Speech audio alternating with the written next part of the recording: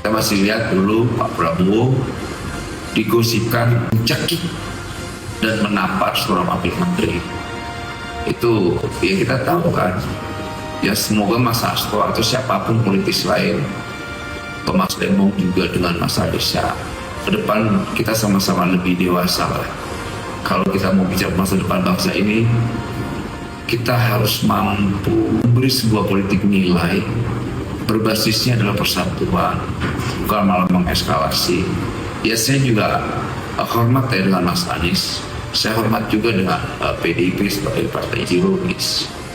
Tapi kita juga harus menghormati yang namanya perbedaan, persatuan, ideologi yang menjadi kunci kita berbangsa, bukan sekedar slogan dan sebagainya.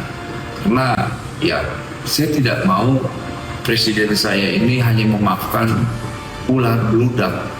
Saya tidak mau presiden saya dijerumuskan oleh putusan-putusannya yang akhirnya hanya membiarkan serigala atau domba yang selalu mencari mangsa. Dia tidak henti-hentinya mencari mangsa. Jangan sampai lengah Pak Presiden. Karena Pak Presiden berkali-kali menyampaikan, saya ini sudah lama menjadi orang Indonesia. Ya, saya hanya mengingatkan, bangsa ini terbiasa dengan fitnah, intrik, tikam-menikam dalam dunia politik itu seperti lumrah. Dan saya tidak mau ketulusan presiden saya ini, presiden kita semua ini hanya menjadi cibiran. Lihat di sana di media sosial kita ramai cibiran dari kelompok yang ini, dari kelompok yang itu. Kita hanya sebagai penonton murni subjektivitas, sinisme politik dan sebagainya. Akhirnya bangsa ini tidak lagi mampu melihat yang namanya cahaya, nur. Tidak lagi mampu melihat yang namanya terang. Yang dilihat adalah kegelapan, orkestrasi kegelapan, pesimisme. Yang akhirnya optimisme itu mulai terkikis. Tapi saya alhamdulillah puji Tuhan, kepemimpinan Pak Prabowo ini dengan semangat optimismenya, dia tidak melihat ke belakang, dia tidak melihat ke kiri, dia tidak melihat ke kanan, yang dia lihat adalah ke depan, yaitu masa depan bangsa ini.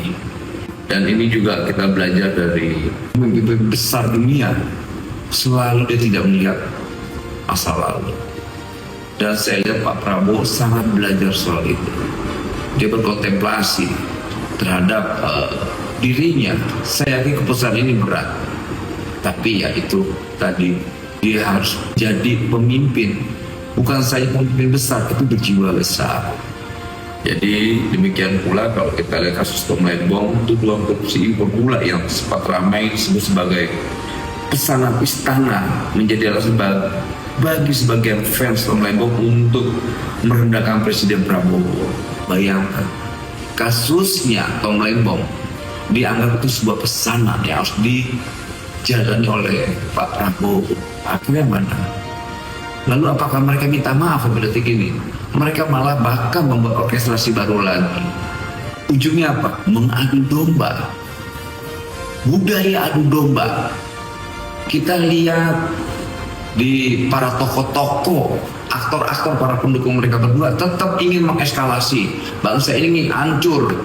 Ya kalau kita mau marah-marah, tapi ya saya melihat Pak Prabowo sikapnya luar biasa ya. Luar biasa banget. Dia mampu memaafkan. Dia mampu menghilangkan semua itu. Kenapa saya bilang Prabowo hatinya seperti putih salju? Itu tadi. Dia tidak melihat sekat-sekat itu semua. Walaupun saya sebagai anak buah di pemerintahan beliau, saya sangat khawatir. Tapi ya nggak apa-apa. Itu sebuah keputusan yang harus saya patuhi. Saya sebagai anak buah, saya harus patuhi. Tidak bisa tidak.